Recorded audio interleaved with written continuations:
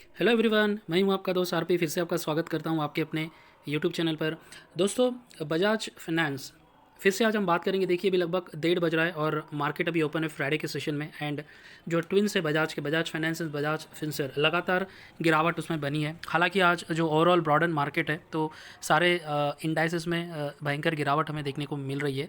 तो हो सकता है उसका भी इम्पैक्ट इन स्टॉक पे पड़ा हो। लेकिन देखिए, फिर से लगातार दूसरे दिन भयंकर गिरावट अगर हम देखेंगे आज अभी बजाज फाइनेंस में, देखिए दोस्तों, लगभग 1:30 बज रहा है और स्टॉक अभी देखिए कहाँ पर ट्रेंड कर रहा है। स्टॉक देखिए अभी 2% गिरावट के साथ 2% से भी ज़्यादा गिर चुका है। और अगर हम पॉइंट्स की बात करेंगे तो 135 पॉइंट्स रुपए यानी ये गिर चुका है आज। ठीक है, तो देखिए दोस्तों, मैं सभी से विनती करता हूँ कि चैनल को सब्सक्राइब अवश्य कीजिए और वीडियो को लाइक ज़रूर कीजिए और कंप्लीट वीडियो ज़रूर देखिए, क्योंकि यहाँ पर हम देखने वाले हैं कि मतलब गिरावट जो यस्टरडे हुई थी एंड आगे हमें क्या करना है। गिरावट के कारण हमने कल कंप्लीटली हमने देखा है, फिर भी एक बार मोटा मोटी हम बात करेंगे उसके बारे में और आगे हमें क्या करना है। ठीक है, ठीक है, ये सारी जो महत्वपूर्ण जानकारी है वो हम जानने की कोशिश करेंगे। तो भी देखिए, लगभग 2.25% गिरावट के साथ स्टॉक ट्रेंड कर रहा है। और कहाँ तक गिरावट होगी, तो देखिए मैं सबसे पहले आपको इसके कुछ रिटर्न्स की ओर आपका ध्यान आकर्षित करना चाहता हूँ। 5 दिन में देखिए दोस्तों, लगभग 8% गिरावट इसमें देखने को मिली है। बजाज फाइनेंस की मैं बात कर रहा हूँ।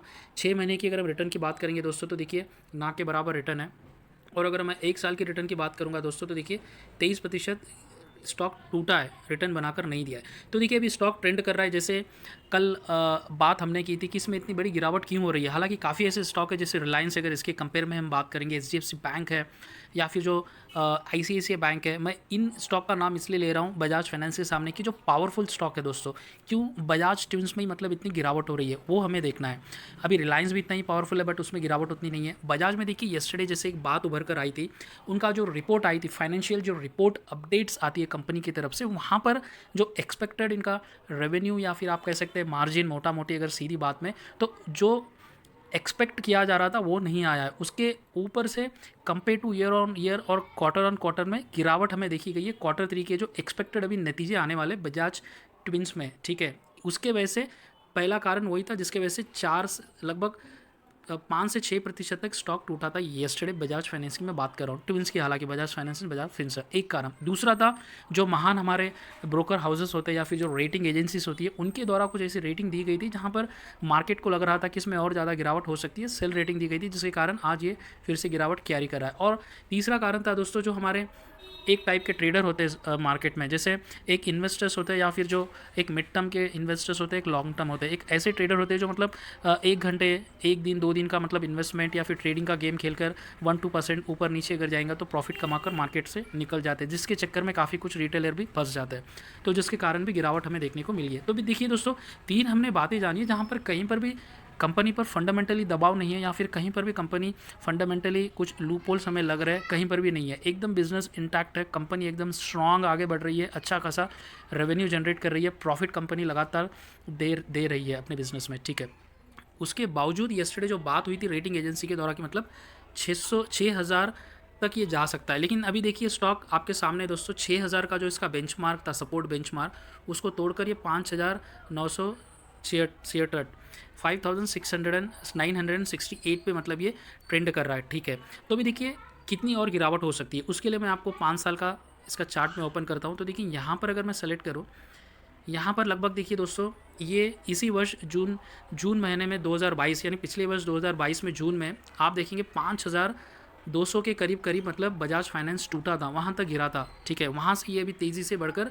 6,000 के आसपास आया था दिसंबर में। तो अभी देखिए इसी तरह अगर गिरावट बढ़ती रहेगी बजाज फाइनेंस में, तो मैं कह सकता हूँ कि 5,200 या फिर 5,400 के बीच में ये गिरावट जाकर रुक सकती है। यानी और 400-500 पॉइंट्स की गिरावट हमें मिल सकती है यहाँ से। अभी देखिए इसमें गिरावट की ये एक ही कारण है, इसके अलावा कंपनी में मतलब कुछ और ज़्यादा दिक्कतें नहीं है। लेकिन जो मार्केट का ओवरऑल जो ब्रॉडर मार्केट का ट्रेंड है वो मतलब काफ़ी बेरिश लग रहा है अभी। ठीक है, जो अगर टेक्निकल पे अगर मैं निफ्टी या फिर बैंक निफ्टी या फिर ओवरऑल इंडेक्स का भी अगर मैं कैंडल स्टिक चार्ट ओपन करता हूँ, तो वहाँ पर ज़बरदस्त हमें एक बेरिश कैंडल लग रही है मंथली एंड वीकली बेसिस में। तो डेफिनेटली कुछ समय के लिए गिरावट हो सकती है। तो इसी बीच अगर बजाज फाइनेंस भी गिरते गिरते पहुँच जाएगा, शायद पहुँच सकता है, शायद 5,500 आप कह सकते हैं, 5,200 कह सकते हैं लास्ट। बट ये तो मतलब हमारा एक्सपेक्टेशन है दोस्तों, मतलब मार्केट है, कुछ कहा नहीं जा सकता है। जो लास्ट टाइम का इसका लो था उसकी मैं बात कर रहा हूँ। ठीक है, ये है बजाज फाइनेंस। तो अभी देखिए 3 कारण हमने जाने हैं। तो अगर आप एक इन्वेस्टर है, अगर आप पूछेंगे कि भाई साहब आप वीडियो बना रहे, आपका क्या व्यू है इस पर, मैं तो देखिए हमेशा प्लस पॉइंट पे रहूँगा दोस्तों। मैं हमेशा बजाज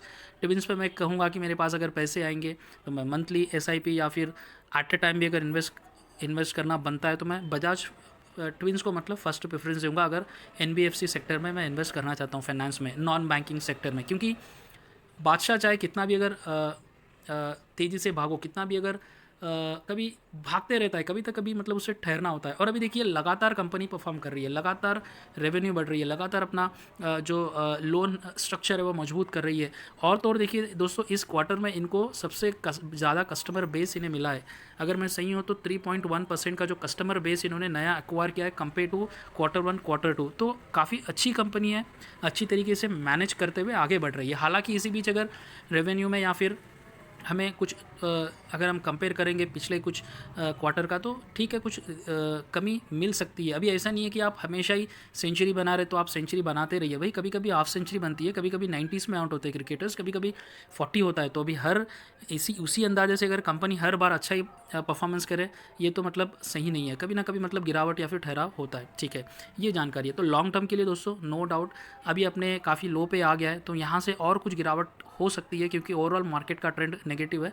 तो शायद यहाँ पर और गिरावट हो सकती है। अगर आप यहाँ तक आपने सब्र किया है तो आगे और इसमें थोड़ा सब्र करना बनता है। मैं क्यों कह रहा हूँ दोस्तों, देखिए मैं यहाँ पर इसके प्रॉफिट एंड लॉस अकाउंट पे ले आता हूँ। अगर आपको ये दिख रहा है, देखिए प्रॉफिट एंड लॉस अकाउंट, अगर मैं इसके देखिए दोस्तों ये 2023 है जैन, तो 2020 मार्च का अगर मैं रेवेन्यू देखूँ तो लगभग देखिए 26 करोड़ का रेवेन्यू था। और 2000 मार्च 22 में देखिए लगभग 31,000 करोड़ का रेवेन्यू हुआ। यानी 2 वर्षों में मात्र देखिए रेवेन्यू में शानदार जंप हमें देखने को मिला है।